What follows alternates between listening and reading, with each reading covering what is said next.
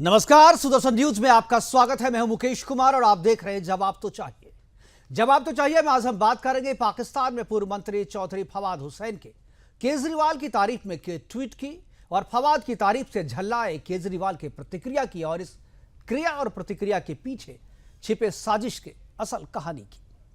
दरअसल दोपहर करीब 12 बजे अरविंद केजरीवाल जी अपने पिता, पत्नी और बच्चों के साथ वोट डालने गए थे और वोट डालने के बाद स्याही वाली उंगली के साथ उन्होंने एक फैमिली फोटो को एक्स पर पोस्ट किया था और पोस्ट करते हुए लिखा था कि मैंने तानाशाही, बेरोजगारी और महंगाई के खिलाफ वोट डाला है, आप भी वोट डालने जरूर जाएं।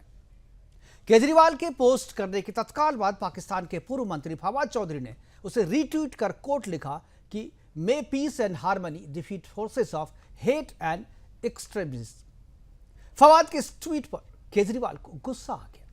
वो फवाद चौधरी को जवाब देते हुए पोस्ट किया कि फवाद साहब, मैं और मेरे देश के लोग आपके मसलों को संभालने में पूरी तरीके से सक्षम हैं, अपने ट्वीट की जरूरत नहीं है मुझे। इस वक्त पाकिस्तान के हालात बहुत खराब हैं, आप अपने देश को संभालिए। और इतने से भी मन नहीं माना तो फिर तुरंत एक दूसरा कोट करते हुए ट्वीट उन्हें लिखा कि भारत में चुनाव जो है वो हमारा आंतरिक मामला है, आतंकवाद के सबसे बड़े प्रायोजकों का हस्तक्षेप भारत बर्दाश्त नहीं करेगा। यह ट्वीट और रीट्वीट की कहानी आपको सामान्य दिखती होगी, आपको लग रहा होगा कि केजरीवाल ने सही किया, पाकिस्तान को भारत के चुनाव पर बोलने का कोई हक नहीं है। अब आपको मैं समझाता हूं कि इसके पीछे की असल कहानी क्या है, क्यों केजरीवाल ने फवाद के ट्वीट का मवाद इतनी जल्दी निकाल दी। आपको याद होगा कि इससे पहले फवाद चौधरी ने राहुल गांधी की तारीफ करते हुए एक ट्वीट लिखा था और कहा था कि राहुल ऑन फायर, और साथ में दूसरा ट्वीट करते हुए प्रधानमंत्री को कट्टर बताया था और इंडी गठबंधन को प्रोग्रेसिव गठबंधन बताया। प्रधानमंत्री मोदी को रोकने की भारत की जनता से अपील भी फवाद चौधरी ने की। दरअसल फवाद चौधरी का मकसद भारत के मुसलमानों को एकजुट कर इंडी गठबंधन के पक्ष में वोट डालने की अपील करना था।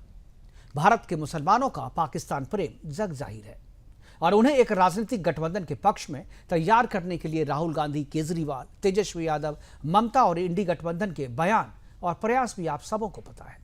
फवाद के ट्वीट या अपील का असर भी हुआ। हर जगह, हर चरण में आपने देखा होगा कि मुस्लिम मतदाताओं की संख्या संगठित होकर वोट डालती दिखी। मतदान का प्रतिशत भले ही कम हो, लेकिन मुस्लिम वोटरों के मतदान प्रतिशत में कोई कमी कहीं पर नजर नहीं आई। केजरीवाल ने फवाद चौधरी के इस ट्वीट का तत्काल विरोध किया। उन वोटरों को कंफ्यूज करने के लिए दरअसल यह किया गया जो राहुल की तारीफ में फवाद के पहले ट्वीट के बाद से कांग्रेस को पाकिस्तान परस्त मानने लगे थे और राष्ट्र के नाम पर मोदी को वोट देने का मन बना चुके थे। इंडी गठबंधन छठे चरण तक यह तो समझ चुका है कि मुस्लिम वोट उनके पक्ष में गोलबंद है और अब उन्हें गोलबंद करने के लिए फवाद जैसों की जरूरत नहीं है। सो उन्होंने तुरंत उसका विरोध कर दिया और अपने आप को पाकिस्तान विरोधी, आतंकवाद विरोधी और राष्ट्र प्रेमी दिखाने की चेष्टा करने लगे। दरअसल पाकिस्तान के लिए भारत में मजबूत सरकार खतरे की घंटी है।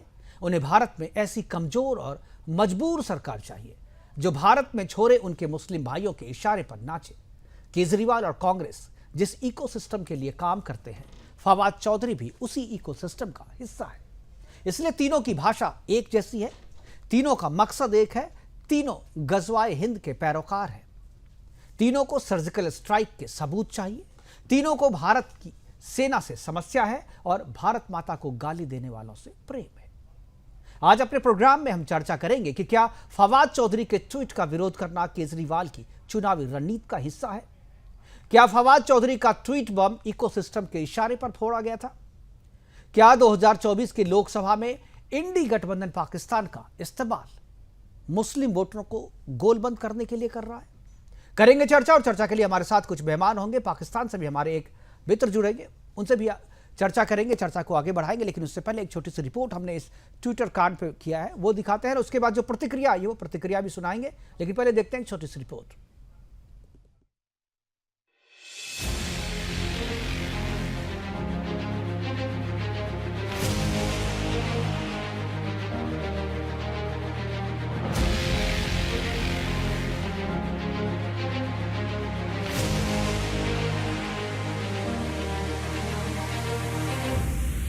देश में आज लोकसभा चुनाव के छठे चरण के लिए वोट डाले गए।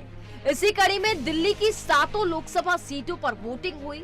इस दौरान दिल्ली के मुख्यमंत्री अरविंद केजरीवाल ने भी अपने परिवार के साथ वोट डाला, जिसकी तस्वीर उन्होंने सोशल मीडिया मंच एक्स पर पोस्ट की। लेकिन वोटिंग के बीच पाकिस्तान के पूर्व मंत्री फवाद चौधरी और दिल्ली के सीएम अरविंद केजरीवाल के बीच जबरदस्त ट्वीट का खेल देखने को मिला। इसके बहाने मोदी सरकार पर हमला भी किया गया।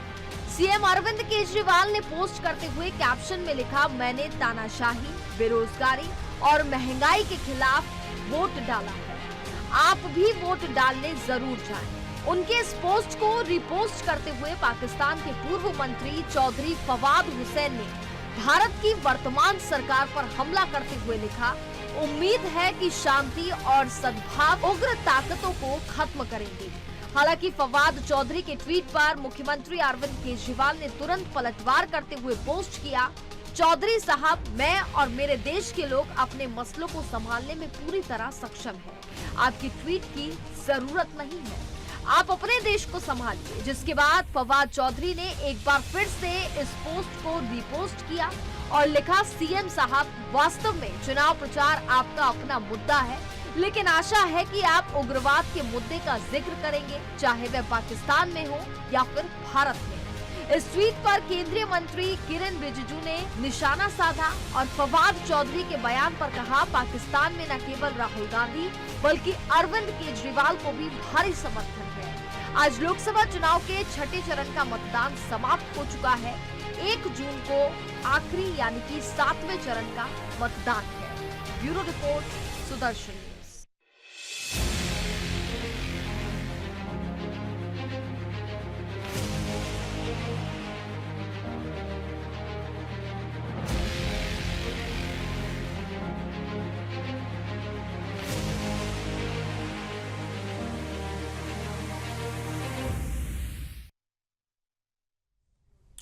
तो 1 जून को आखिरी यानी 7वें चरण का मतदान होना है। उससे पहले ट्वीट और रीट्वीट का जो ये नूरा कुश्ती जो चल रही है, नूरा कुश्ती पे हम बात करेंगे कि इस ट्वीट और रीट्वीट से क्या मैसेज देने की कोशिश की जा रही है और क्यों किया गया। क्या ये सही में एक्सटेम्पोर है या एक साजिश के तहत ये ट्वीट किया गया है और उसको रीट्वीट किया गया है, क्या है, करेंगे चर्चा को आगे बढ़ाने के लिए हमारे साथ 4 मेहमान जुड़ गए हैं। उनसे मैं आपका परिचय करवा दूं। पाकिस्तान से एक पाकिस्तानी पत्रकार यूनिस खान साहब हमारे साथ हैं। यूनिस जी, आपका स्वागत है। खेमचंद शर्मा हैं बीजेपी के प्रवक्ता के तौर पे हमारे साथ। राधेश्याम उपाध्याय, आप नेता हैं। और इसके अलावा डॉक्टर अखिलेश शर्मा राजनीतिक विशेषज्ञ के तौर पर हमारे साथ शामिल हैं। सभी मेहमानों का स्वागत है और चर्चा की शुरुआत में यूनुस खान साहब से करना चाहूँगा। यूनुस जी, स्वागत है आपका। और आपने भी देखा होगा कि आपके फवाद चौधरी जो है वो गाहे बगाहे ट्वीट करते हैं इंडिया के मसले पर, लेकिन जब से चुनाव हो रहे हैं भारत में तब से वो लगातार जो है चुनाव को प्रभावित करने की कोशिश कर रहे हैं। क्या आपको लगता है कि ये जो ट्वीट है वो भारत के चुनाव में उनके इंटरेस्ट को केवल जगाता ये व्यक्तिगत ट्वीट है, या जिस तरीके से एक इकोसिस्टम काम करता है और इस इकोसिस्टम के हिस्से के तौर पर ये लोग देखे जाते हैं, क्या आपको लगता है कि ये साजिश के तहत ये ट्वीट किया गया है और ट्वीट को रिट्वीट भी उसी हिस्से के तहत किया गया है और भारत के चुनाव को प्रभावित करने की कोशिश की जा रही है?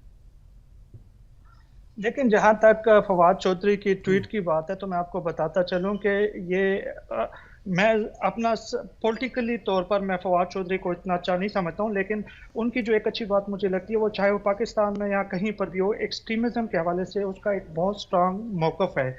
और उसी तनाज़र में उसने कहा, और आपको मैं बता दूं चलूं कि फवाद चौधरी का जो ट्वीट है वो कोई हुकूमत पाकिस्तान का या उनका कोई वो नहीं है, ना वो हुकूमती पार्टी में इस वक्त वो अपोजिशन पार्टी का एक रुकन है, और बल्कि उनकी जो पीटीआई की जो पार्टी है तहरीक इंसाफ वो भी उसको ओन नहीं कर रही। तो मैं नहीं समझता हूं कि इसकी जो ट्वीट को लेके आप इतनी बात कर रहे हो, उसके ट्वीट में कोई भी गलत बात नहीं कही गई है। उन्होंने एक्सट्रीमिज्म के खिलाफ बात की है, उन्होंने अमन और मोहब्बत की बात की है। और मैं इस पाकिस्तानी ओरिजिन सहाफ़ी हूँ, यूरोप में रहता हूँ, और यूरोप के अंदर यूरोपियन पार्लियामेंट यूएन के अंदर मोदी जी के से पहले यहाँ पर इंडिया के हवाले से जो बात होती थी वो ये होती थी कि ये एक सेकुलर स्टेट है, जमहूरियत पसंद स्टेट है, लेकिन मोदी के आने के बाद यहाँ पे जो इंडिया का जो असल चेहरा है वो तब्दील हो चुका है। और एक क्या वो असल चेहरा, क्या असल चेहरा दिख रहा है? क्या असल चेहरा है? कौन सा ऐसा? आप तो पाकिस्तान छोड़ के यूरोप में रह रहे हैं, हम तो भारत में ही रह रहे हैं, हमें तो कोई चेहरे में कोई परिवर्तन नहीं दिखा। भारत का जो रुतबा था वो बढ़ा है, भारत का जो रुतबा है वो यूरोप में पूरे देश में बढ़ा है मोदी के नेतृत्व में। आप लोगों की ये तो आप कह रहे हैं वोट को बढ़ावे के लिए कह रहे हैं। यूरोप में हम जो देखते हैं यूरोपियन पार्लियामेंट यूनियन के अंदर इंडिया को एक हिंदू स्टेट माना जाता है, एक ये तो अच्छी बात है ना, स्टेट अपनी कहा जाता है। अच्छी बात है, ये हिंदू स्टेट तो है, ये इसमें हिंदू रहते तो हैं ज्यादा संख्या में। हिंदू स्टेट में बुराई क्या है? आप मुस्लिम स्टेट हो सकते हो, उसमें कोई बुराई नहीं है। आप अपने आप को मुसलमान स्टेट कहने में गर्व महसूस करते हो। और हम तो ऑफिशियली नहीं हुए हिंदू स्टेट, लेकिन हम भारत तो हिंदू राष्ट्र है, हिंदू राष्ट्र था, हिंदू राष्ट्र रहेगा। इसमें आप लोग को परेशानी क्यों होती है? हिंदू शब्द से क्यों हिंदू राष्ट्र है, लेकिन आपके मुल्क के अंदर इस टाइम जमहूरियत के बजाय फाशिज्म चल रही है। वहां पे जो हस्ब इख्तिलाफ है, जो अपोजिशन है, उनकी गिरफ्तारी हो रही है। केवल आप तो हमारे यहाँ के जो विपक्ष है, एक पार्टी के आप नुमाइंदे के तौर पे आप मेरे से बात कर रहे हैं, एक साथी की हैसियत से क्यों? मैं आपको ये ऐसा तो इसलिए लग रहा है यूनुस, आपको ऐसा इसलिए लग रहा है क्योंकि आप भी जो है एक पार्टी बनकर के बात करो, आप पत्रकार की तरह बात नहीं कर रहे हो। आप कह रहे हो वही चीज, आपकी भाषा वही है, आपकी भाषा वही है जो विपक्ष की भाषा है भारत में। आप भी वही फासिज्म की बात कर रहे हो, आप भी वही एक्सट्रीमिज्म की बात कर रहे हो, आप भी मोदी का विरोध कर रहे हो। मोदी ने आपका क्या बिगाड़ा है? मोदी ने आपका क्या बिगाड़ा? आपका क्या छीन लिया मोदी ने? हमारा फिर आप क्यों विरोध कर रहे हैं? उन्होंने इंडिया का बिगाड़ा है, और इंडिया एक हमारा इंडिया भारत विश्व की 5वीं सबसे बड़ी आर्थिक शक्ति बन के उभरी है। और जिस इंग्लैंड में आप जिस यूरोप में रह रहे हो, उस यूरोप को पीछे छोड़कर, ब्रिटेन को पीछे छोड़ के गया। भारत एक उभरती हुई अर्थव्यवस्था है। भारत की जीडीपी जो है तेजी से ग्रो कर रहा है। हम चाहते हैं कि इंडिया मजीद तरक्की करे, पले बूले, लेकिन जो हमारे पास जो अदाद-ओ-शुमार है उसमें आपके जो बिजनेसमैन है वो छोड़ रहे हैं, मुल्क छोड़ रहे हैं, बाहर जा रहे हैं। ये डेटा है, आप वो डेटा आप आवाम को नहीं बताते। मुझे तो कोई भी बिजनेसमैन ऐसा, हमारे बिजनेसमैन बाहर में भी बिजनेस कर रहे हैं, क्योंकि हमारे यहाँ वो स्कोप है। हम चाइना को भी सिखा रहे हैं, हम अमेरिका को भी सिखा रहे हैं, हम यूरोप को भी सिखा रहे हैं, जर्मनी को भी सिखा रहे हैं। अब पाकिस्तान सीखना नहीं चाहता, सिखा तो उन्हें केवल सर्जिकल स्ट्राइक की भाषा समझ में आती है, उसी भाषा में सिखा रहे हैं उन्हें। देखिए पाकिस्तान की अगर मैं आपको बात करूं ना, तो पाकिस्तान में एक दौर था जब जियाउल हक था, और वहां पे उन्होंने मुस्लिम एक्सट्रीमिज्म जो है उसको बढ़ोतरा दिया था, और उसकी चीजें हम आज तक भुगत रहे हैं। और जो मोदी सरकार है आपके वही चीज पे चले, और हम ये नहीं चाहते हैं कि यहाँ पर भी इसी तरह के एक्सट्रीमिज्म हो और फाशिज्म हो। डेमोक्रेसी जो डेमोक्रेट जब से मोदी सरकार आई है तब से एक भी आतंकवाद की घटना नहीं हुई है भारत में, आपको पता है? आप डेटा लगता है पढ़ के नहीं आए हैं, आप बिल्कुल विपक्ष की भाषा सुन के आए हैं। आप अगर आप डेटा पे बात करते तो शायद ऐसा नहीं कहते। ये जो बातें आप कह रहे हैं बिल्कुल विपक्ष की भाषा का। रोज जो इंडिया के हवाले से जो रिपोर्ट आती है मिनॉरिटीज के हवाले से, वो इंतहाई अफसोसनाक है, और बैनुल अक़वामी बरादरी इसके ऊपर बात करी है इस वक्त, जबकि आपकी दूसरी हुकूमतों में ये चीजें नहीं होती थी। नहीं, चलिए आपको दिख रहा है। आप अगर अपने आंख से वो चश्मा उतार देंगे ना, तो आपको वही दिखेगा जो सच है। अभी आप जो है विपक्ष के चश्मे से देख रहे हैं, तो आपको वही चीज दिख रहा है। और यही मैं इकोसिस्टम की बात कर रहा हूँ। फवाद चौधरी जिस इकोसिस्टम का हिस्सा है, मुझे लग रहा है कि आप भी उसी के हिस्से हैं। आप भी वही चीजें सारे प्रमोट कर रहे हो। जो उनको नहीं पसंद है वो आपको नहीं पसंद है, वही केजरीवाल को नहीं पसंद है, वही राहुल को नहीं पसंद है, वही ममता को नहीं पसंद है, वही तेजस्वी यादव को नहीं पसंद है, वही इंडी गठबंधन को नहीं पसंद है। आप उन्हीं की भाषा कह रहे हैं। आप you should have to behave like a journalist, you don't behave like a विपक्ष।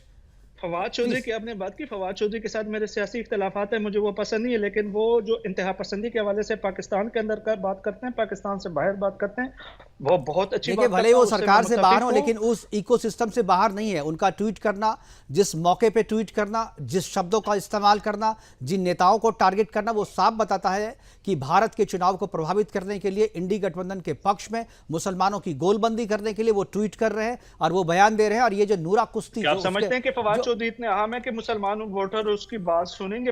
उनको तो पाकिस्तान में अपने इलाके में कोई नहीं सुनता, वो नहीं सुनते। लेकिन वो है ना, पाकिस्तान ने तो हमारे यहाँ कुछ अपने भाइयों को छोड़ रखा है ना फॉलो करने के लिए, तो वो यहाँ पे फॉलो करते हैं। उन्हें भारत माता से प्रेम नहीं है, वो वही फॉलो करते हैं। खैर, आप बने रहिए हमारे साथ राधेश्याम जी है, आम आदमी पार्टी के प्रवक्ता है, और मैं जरा उनसे जानना चाहूंगा। राधेश्याम जी, ये जो ट्वीट पे जो नूरा कुश्ती चल रही है फवाद चौधरी के साथ केजरीवाल की, क्या है ये? इसका मसला क्या है? क्या जो चीज़ अभी बात जो यूनुस खान जो कह रहे थे, आप सहमत हैं उनसे या आपकी अलग भाषा है? देखिए मुकेश जी, पाकिस्तान के जो फवाद हुसैन जो है, उन्होंने जो कहा और उसका जवाब हमारे मुख्यमंत्री अरविंद केजरीवाल जी ने उसी के माध्यम से जवाब दे दिए। और भारत के अंदर क्या चल रहा है, क्या नहीं चल रहा, इसका उनसे कोई लेना देना नहीं है। भारत एक बहुत अच्छा देश है, यहाँ हिंदू, मुस्लिम, सिख, ईसाई सभी धर्म के लोग रहते हैं। यहाँ राजनीतिक पार्टियों के सभी अपने अपने मायने हैं। लेकिन ये जो ट्वीट किया, चुनाव के समय ही क्यों किया? हम तो कहते हैं कि इसकी जांच होनी चाहिए कि किसके थ्रू हुआ ये ट्वीट, अभी क्यों हुआ, चुनाव के समय ही क्यों ऐसी चीजें आती है? और आप भी बार बार कह रहे हो कि ये कभी सर्जिकल स्ट्राइक का सबूत मांगते हैं या वो मांगते हैं, यानी कि आपने भी मुद्दों से भटकाने का हमें पूरा प्रयास किया है। तो मुझे नहीं लगता कि आपने भी निष्पक्षता पूर्वक बात कही है कि इस समय क्या चल रहा है। क्या इस चुनाव, जो भी लगातार चुनाव हो रहा है, उस चुनाव के अंदर हमने देखा कि आज जो 7वां चरण में जो चुनाव था और अचानक से ये ट्वीट आया, एकदम से पूरा का पूरा माहौल आप लोगों ने क्रिएट कर दिया। ये कुछ अच्छा आया या इसे बुलाया गया या इसे करवाया गया, ये आप भले ना जानता हो, अरविंद केजरीवाल बहुत अच्छी तरीके से जानते हैं। हमारे साथ खेमचंद शर्मा जी हैं, समझाएंगे आपको कि ये ट्वीट जो है इस मौके पे आना क्या कहता है, क्या संदेश देता है। खेमचंद जी, क्या आपको लगता है जो ट्वीट में कहा गया है, जिस तरीके की नूरा कुश्ती चल रही है, क्या वही है ट्वीट या इसके पीछे का जो मकसद है वो कुछ और है? जय श्री राम मुकेश जी। जय श्री राम मुकेश जी, ये ट्वीट अपने आप बहुत कुछ दिखाता है जी। और हम ये भी देखते हैं कि इंडी गठबंधन वाले लोग किस तरीके से अपीजमेंट की पॉलिटिक्स में डूबे हुए हैं। अपीजमेंट की पॉलिटिक्स में अब उन्होंने हदें पार कर दी हैं। अब वो ओबीसी का खाना चाहते हैं, SC/ST का खाना चाहते हैं और ओबीसी के रिजर्वेशन में वो मुसलमानों को डाल रहे हैं।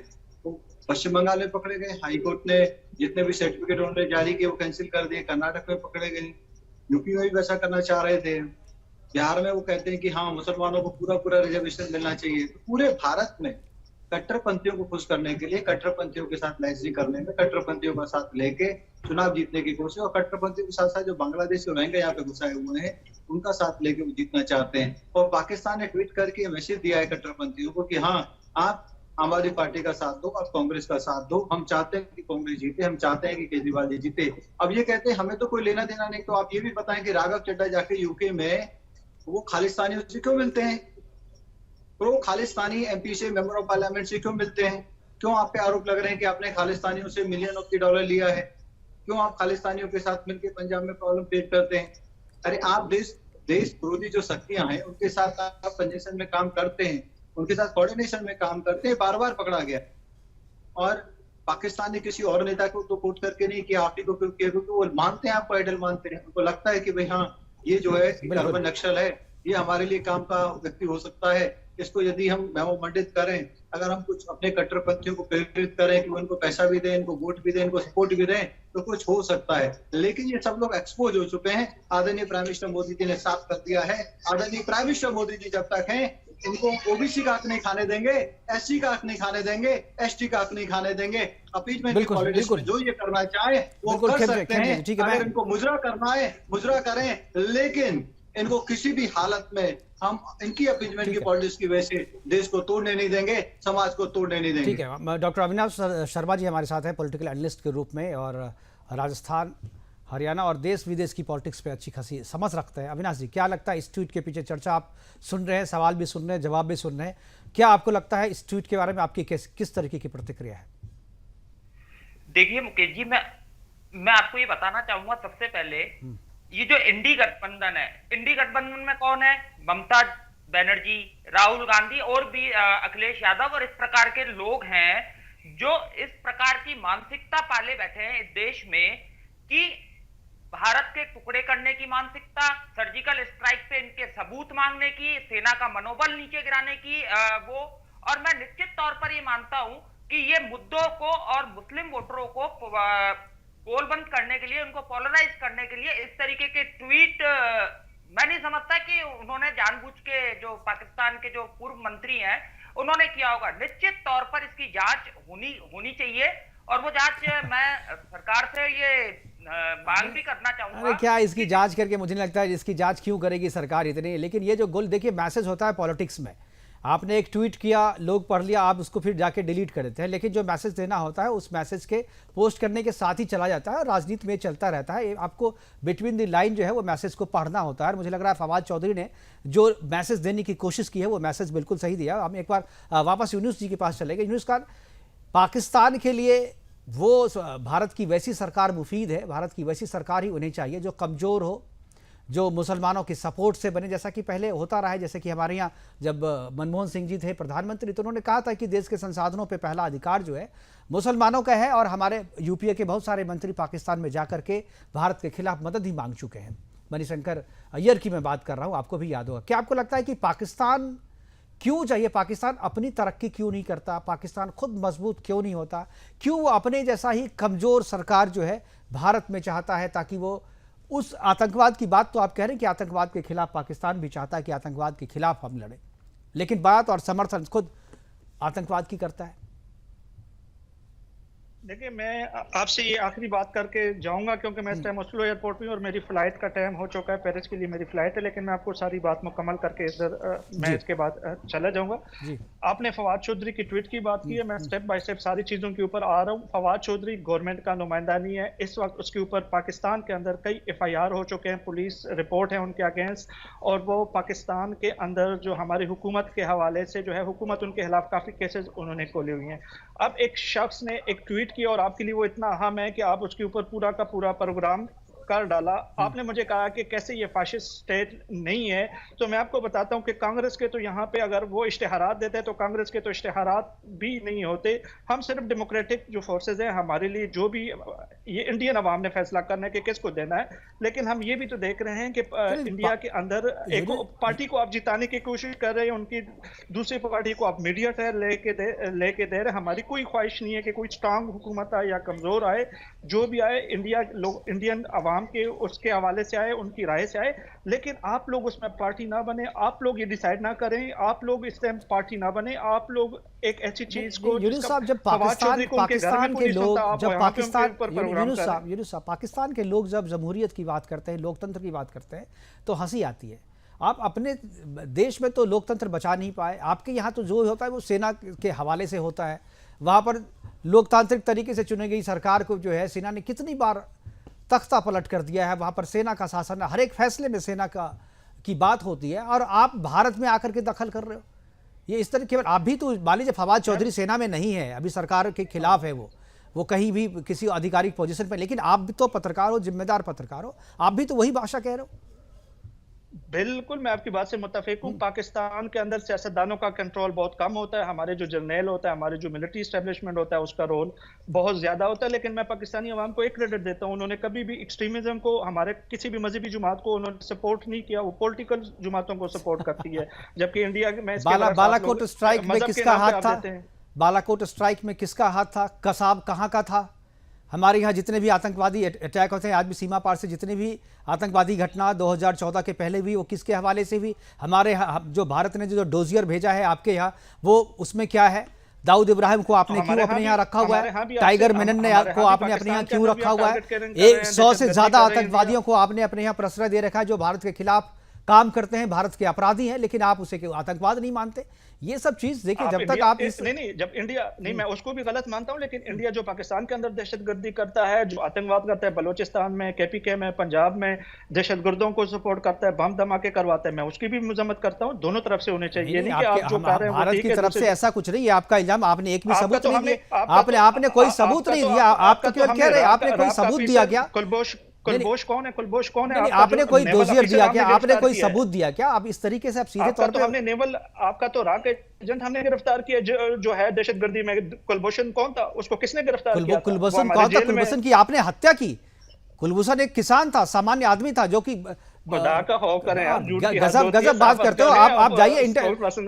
अरे मासूमियत की बात नहीं, आपने जेल में उनकी हत्या की है, और इंटरनेशनल कोर्ट से वो सारी बातें साफ हो चुकी थी, यूनाइटेड नेशन में ये सारी चीजें साफ हो चुकी थी। बावजूद उसके आपने उसे रिहा नहीं किया। रिहा करने के बजाय आपने जेल में उसकी हत्या करवा दी, और आप कह रहे हो इस तरह की बात। आपको फिर कुलभूषण के बारे में इन्फॉर्मेशन नहीं है, उसके बारे में इन्फॉर्मेशन है, फिर बात कीजिएगा जब आपके पास इन्फॉर्मेशन। चलिए, हमारे पास वो इन्फॉर्मेशन, उस इन्फॉर्मेशन को आप एक्सेप्ट नहीं करेंगे ना। बात है कि आपने आपको अपनी बात करनी है, आप तो सही बात करेंगे नहीं, आप हमारी बात को समझेंगे नहीं। राधेश्याम जी, क्या आपको लगता है कि जो पाकिस्तान जो है, पाकिस्तान की जो कार्रवाई है, पाकिस्तान के जो लोग हैं, भारत के, देखिए पॉलिटिकल चीज़ें अलग है, आपके नेता ने भी कहा है कि भारत का आंतरिक मसला है, इस पर जो है पाकिस्तान को बोलने की ज़रूरत नहीं है। क्या आपको लगता है कि पाकिस्तान ज़बरदस्ती हस्तक्षेप कर रहा है, और आपके नेता जो है वो उसे सपोर्ट कर रहे हैं, वो उसका समर्थन ले रहे हैं इनडायरेक्टली? तो यूनुस खान जो है वो चले गए, उन्हें इनफैक्ट पेरिस के लिए फ़्लाइट पकड़नी थी, वो एयरपोर्ट पे हमारे साथ जुड़े हुए थे, लेकिन वो बाद में जुड़ेंगे। आपका यूनुस खान धन्यवाद हमारे साथ जुड़े और अपनी बातें आपने ली। लेकिन वक्त है छोटे से ब्रेक का। ब्रेक के बाद जब वापस आएंगे तो अपने तीनों मेहमानों के साथ चर्चा को आगे बढ़ाएंगे।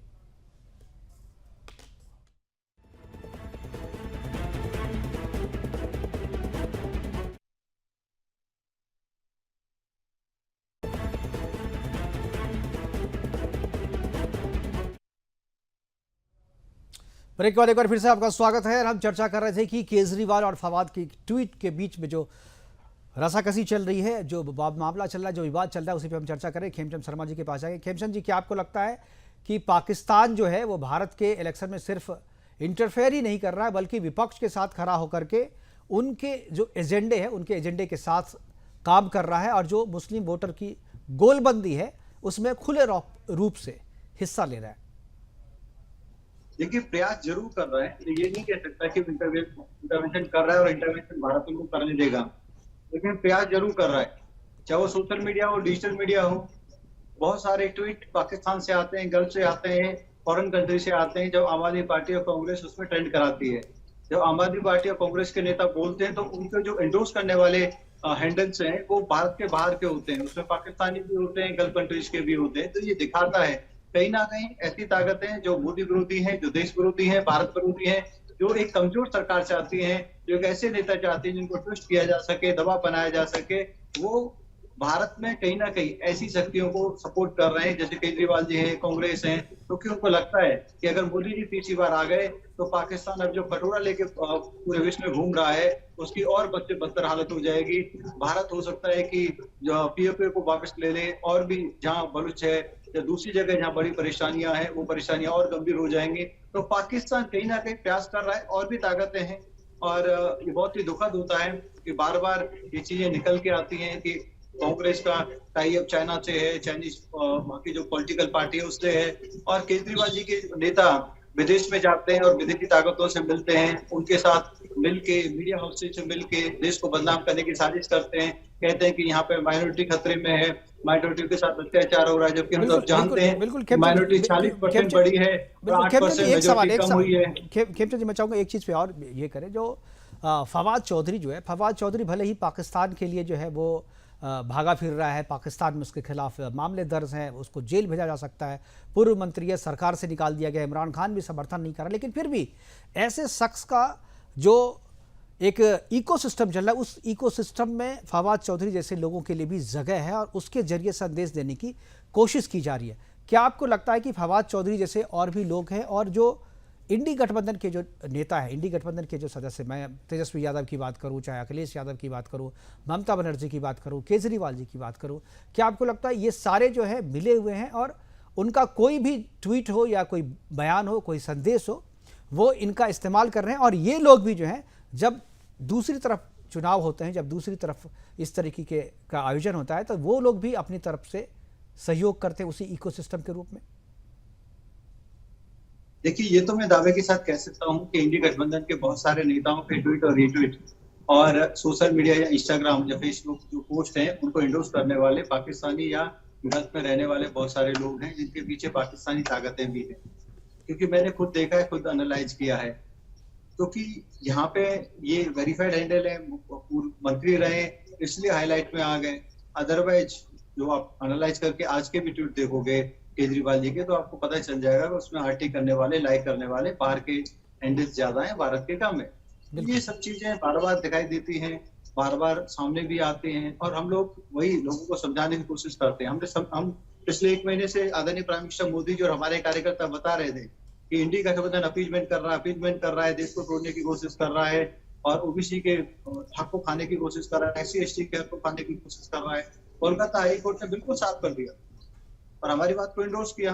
बिल्कुल कर्नाटक में वही हो रहा है। तो अब जैसे पाकिस्तान के सीनियर लीडर ने एंडोर्स किया है आम आदमी पार्टी को, तो हमारी बात पुनः साबित हो जाती है कि ये लोग जो देश विरोधी ताकत है उनके साथ मिलके मतलब इतने भी कर गए हैं कि मोदी जी को हराने के लिए ये कुछ भी कर सकते हैं। जनता देख रही है और आने वाले समय में बिल्कुल आने वाले समय में जवाब देगी जनता, देख रही। राधेश्याम उपाध्याय, राधेश्याम जी, क्या आम आदमी पार्टी या केजरीवाल को लगता है कि चुनाव में जब तक इस तरीके की चीज़ों का इस्तेमाल ना किया जाए, जब तक पाकिस्तान का नाम ना लिया जाए, जब तक गोलबंदी ना की जाए, तब तक चुनाव जीता नहीं जा सकता है। और अभी जो ये इन्होंने ट्वीट को रिट्वीट पे अपनी खींच निकाली है, क्या आपको लगता है कि भारत विरोधी शक्तियों के साथ आपकी पार्टी खड़ी है? और आप जैसे लोग, शायद आपको जो इस इकोसिस्टम के बारे में पता नहीं है, अगर आपको लगता है कि ये पार्टी की लाइन है, तो फिर भी क्या आप पार्टी के साथ रहेंगे, केजरीवाल जी के साथ रहेंगे, अगर इस तरीके की लाइन के बारे में पता चले हमारी पार्टी की लाइन? क्योंकि बहुत सारे लोग जो नेता जिस इकोसिस्टम का हिस्सा होते हैं, कार्यकर्ताओं को उनके बारे में पता नहीं चलता है। विपक्ष जब आरोप लगाता है तो लगता है कि ये पॉलिटिकल आरोप है। घनश्याम जी।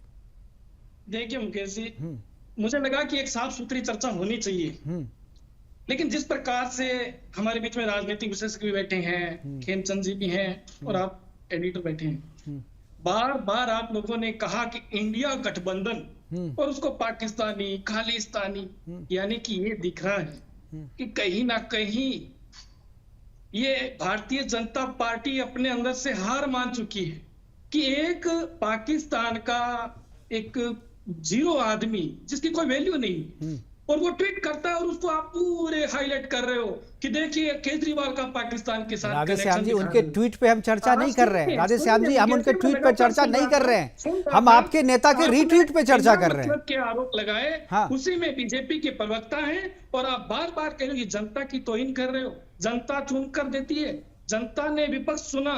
इंडिया गठबंधन में मोदी सरकार को भी जनता ने ही चुना है राधेश्याम जी, सरकार भी केंद्र में जनता की चुनी हुई है। आपने कभी नहीं कहा कि मोदी जी के राज में पुलवामा हमला हुआ और वो गोला बारूद कहां से आया, उस पर चर्चा नहीं होती। चर्चा हुई है, जब उस पर चर्चा कर रहे थे। नहीं, आपने राधेश्याम जी, ठीक है राधेश्याम जी, अब मेरी बात सुनिए, अब आप मेरी बात सुनिए। आपने कहा कि फवाद चौधरी कुछ भी नहीं है, उसकी कोई औकात नहीं है, ना पाकिस्तान में ना हिंदुस्तान में, फिर भी हमने उस पर प्रोग्राम कर दिया। मैं वही तो मैं बोल रहा हूँ, मैंने फवाद चौधरी को मैं जीरो मानता हूं, मैंने उस पर प्रोग्राम ही नहीं किया। आपके नेता उसको क्यों हीरो बना रहे हैं? उसको हीरो तो आपके नेता ने बनाया ना। आपके नेता ने लगातार ट्वीट किया, रीट्वीट किया, कोट ट्वीट किया, एक बार नहीं 2-2 बार किया। क्यों किया? फवाद चौधरी जब जीरो है आपके लिए, तो फवाद चौधरी के ट्वीट को आपके नेता रीट्वीट क्यों करते हैं, उसको कोट ट्वीट को क्यों करते हैं? मैं तो उस पर चर्चा कर रहा हूं ना, मैं तो उस पर चर्चा कर रहा हूं, इसीलिए कह रहा हूं कि आप दोनों जो है उसी इकोसिस्टम का हिस्सा है, आप उसी इकोसिस्टम का हिस्सा है। हमने जवाब देके बात खत्म। जवाब क्यों दिया आपने? क्या जरूरत है? क्या जरूरत थी? पाकिस्तान का वो शख्स जो कि जीरो है आपके हिसाब से, जिसकी कोई अहमियत नहीं है, जिसकी वर्ल्ड की राजनीति में कोई अहमियत नहीं है। नहीं, आपने ये सवाल आपने खड़ा किया ना, आप अपने नेता से पूछिए ना, आप अपने नेता से पूछिए ना, आपके नेता ने उसके ट्वीट को क्यों रिट्वीट किया? गया गोवा में खरीदा गया, तब लोकतंत्र खतरे में नहीं था। भाई साहब, आप बात को डाइवर्ट कर रहे हैं। मैंने जो सवाल पूछा था उसका जवाब दीजिए ना। आप जिस शख्स को जीरो कह रहे हैं, आपके नेता उसको हीरो बना रहे हैं। नहीं बनाया उसको हीरो। फवाद खान कौन था, कौन जानता था? लेकिन ट्वीट कर देने के बाद से आपके जो वोटर, इसीलिए मैं कह रहा हूं कि ये मुस्लिम वोटरों की गोलबंदी है। फवाद चौधरी को हो सकता है दूसरे लोग नहीं जानते, लेकिन आपके नेता ने रिकॉग्नाइज किया उसके ट्वीट को, फवाद चौधरी के ट्वीट को रीट्वीट करके आपके नेता ने उसे इंडोर्स किया और अपने वोटरों को संदेश दिया। अभी जब पाकिस्तान जो पत्रकार थे, उन्होंने खुद कहा है कि वो कुछ नहीं है। अरे ठीक है, वो पाकिस्तान के लिए कुछ नहीं है। पाकिस्तान के पत्रकारों के का ये कहना ठीक बनता है, पाकिस्तान में पाकिस्तान के पत्रकारों का ये कहना सही लगता है, लेकिन आपका ये कहना कि वो जीरो है और आपके नेता को उसका हीरो बनाना, ये दोनों चीजें कहीं ना कहीं दो मुंही बातें हैं। आप उसे जीरो बता रहे, आपके नेता उसे हीरो बता रहे। अरे क्यों? आपके नेता ने ट्वीट क्यों किया? अगर वो ट्वीट कर, अगर आप ऐसा समझो राधेश्याम जी, अगर फवाद चौधरी ट्वीट करता, मैं इसका जवाब दे रहा हूं, जवाब दे रहा हूं। हाँ। मैं आपको इसी का जवाब दे रहा हूं। ठीक है। जब किसान आंदोलन हुआ था और वो अपनी मांग मंगवाने के लिए जब दिल्ली जा रहा था, तो उसी किसान को कहा गया पाकिस्तानी, खालिस्तानी, ये आरोप लगाए, और आज वही बातें यहाँ आ रही है। लंदन सी पेरिस। अरे भाई, आप जिस चर्चा पे, जिस मुद्दे पे बात करो उस पे कीजिए ना। आप फवाद चौधरी को बोल रहे हैं जीरो है, वो हीरो है। आपने यूनिस खान की बात आपको बहुत अच्छी लगी। मैं वही तो बोल रहा हूं, पाकिस्तान प्रेम आप लोगों को इतना है, जो वहां के एक प्रवक्ता, वहां का एक पत्रकार जो कि भारत के खिलाफ बोलता है, उसकी बातें आपको अच्छी लगती हैं। आपने फवाद चौधरी की बात को तुरंत एक्सेप्ट कर लिया, तुरंत कोट करने लगे, वो जो कह रहे हैं सही कह रहे हैं। मैं यही तो कह रहा हूं मैं कि आप सब जो है पाकिस्तान प्रेम आपकी रगों में दौड़ता है, पाकिस्तान प्रेम आप लोगों की रगों में दौड़ता है। केजरीवाल को वोटों का फायदा होगा। देखिए मुकेश जी, अरविंद केजरीवाल ने कभी जाति धर्म मजहब के नाम पर वोट नहीं मांगा। आप भले ही उसको खालिस्तानी पाकिस्तानी से जोड़ते रहे हो, दिल्ली की जनता ने 3 बार सीएम चुना। देखिए पंजाब की अरविंद केजरीवाल तो अपने आप को ईमानदार भी मानते हैं, कट्टर ईमानदार भी मानते हैं, लेकिन आज भ्रष्टाचार के आरोप में जेल में है ना। जनता पार्टी के साथ गठबंधन में खेमचंद शर्मा जी आपको जवाब देना चाहते हैं। खेमचंद जी, देखिए, ये कहते हैं कि कभी केजरीवाल जी ने जाति और धर्म के आधार पर वोट नहीं मांगे, तो फिर क्यों आप लोग खालिस्तानियों के साथ जाके टाई अप करते हैं? क्यों आपके नेता विदेशों में जाकर उनसे मिलते हैं? क्यों उनसे फंडिंग लेते हैं? और क्यों आप कांग्रेस के साथ जाते हैं जो हिंदुओं को ये कहती है, जो सनातन को ये कहती है कैंसर है? क्यों डीपीके के साथ आप बने रहते हैं? क्यों आप ओबीसी के हकों पर वो बातें करते हैं? क्यों आप SC ST के हक को मारने की बातें करते हैं? क्यों आपके पूर्व मंत्री कहते थे कि गणेश जी को मत मानो, लक्ष्मी जी को मत मानो, भगवान विष्णु को मत मानो, वो आज भी आपके MLA बने हुए राजेंद्र जी, क्यों? और आप कहते हैं कि आप जाति धर्म उन्होंने माफी भी मांगी, उन्होंने प्रायश्चित भी किया, उन्होंने माफी भी मांगी, प्रायश्चित भी किया, वो स्लिप ऑफ टंग था और उसके लिए वो सारा एक्सप्रेशन दे चुके हैं। दोनों में हमारे पास समय की कमी है। मैं आखिरी बार डॉक्टर अविनाश शर्मा जी के पास जाना चाहूंगा। एक मिनट खेमचंद जी, हमारे पास समय की कमी है। अच्छा विश्लेषण करेंगे ये, ठीक है। अब अविनाश जी आखिरी कमेंट। देखिए, मैं ये कहना चाहूंगा आपको सबसे पहले कि ये कहते हैं कि हम केजरीवाल जी ने कभी जाति के नाम पे वोट नहीं मांगा, कभी धर्म के नाम पे वोट नहीं मांगा, तो जातिगत जनगणना जो इंडिया अलायंस चाहती है कि जातिगत जनगणना हो, किस आधार पर ये जातिगत जनगणना कराना चाहते हैं? देश को बांटने का काम कौन कर रहा है? भारतीय जनता पार्टी कर रही है कि ये इंडिया अलायंस वाली पार्टियां कर रही है? पहली बात। दूसरी बात मैं आपको ये बताना चाहूंगा, ये पूरे देश की जनता जानती है, इंडिया अलायंस के जो गठबंधन है जिसमें आम आदमी पार्टी के केजरीवाल जी भी हैं, ये पूरी हिंदुस्तान की जनता जानती है कि इनका जो एक मुस्लिम प्रेम, एक बिल्कुल ठीक है सर ठीक है। आप फवाद चौधरी पे चर्चा कर रहे थे, मैं चाह रहा था उसी पे केंद्रित रहे चर्चा। फिलहाल हमारे पास वक्त की कमी है, प्रोग्राम को वाइंड अप करने का इशारा हो रहा है। हमारे साथ जुड़ने के लिए खेमचंद जी आपका, अविनाश शर्मा जी आपका और राजेश उपाध्याय जी आपका बहुत बहुत धन्यवाद। आप जुड़े रहे, अपनी महत्वपूर्ण बातें हमारे साथ साझा की। लेकिन पाकिस्तान के फवाद चौधरी के ट्वीट के बाद से जो मवाद निकल रहा है राजनीति का और जो असलियत सामने आ रही है, जो अरविंद केजरीवाल और इंडी गठबंधन के नेताओं की असलियत सामने आ रही है, वो साफ बताती है कि फवाद चौधरी जैसे लोगों के जरिए वो मुसलमान वोटरों को एकजुट करके गोलबंद करके अपना चुनावी फायदा उठाना चाहती है। 6 चरण के चुनाव जो है वो हो चुके हैं, आखिरी चरण का चुनाव बाकी है और इससे पहले भी जो फवाद चौधरी ने जो ट्वीट किया है उससे कहीं ना कहीं मुस्लिम गोलबंदी होती है और पता चलता है कि ये गोलबंदी किसके लिए काम कर रही है। फिलहाल अभी के लिए इतना ही, दीजिए इजाजत, नमस्कार।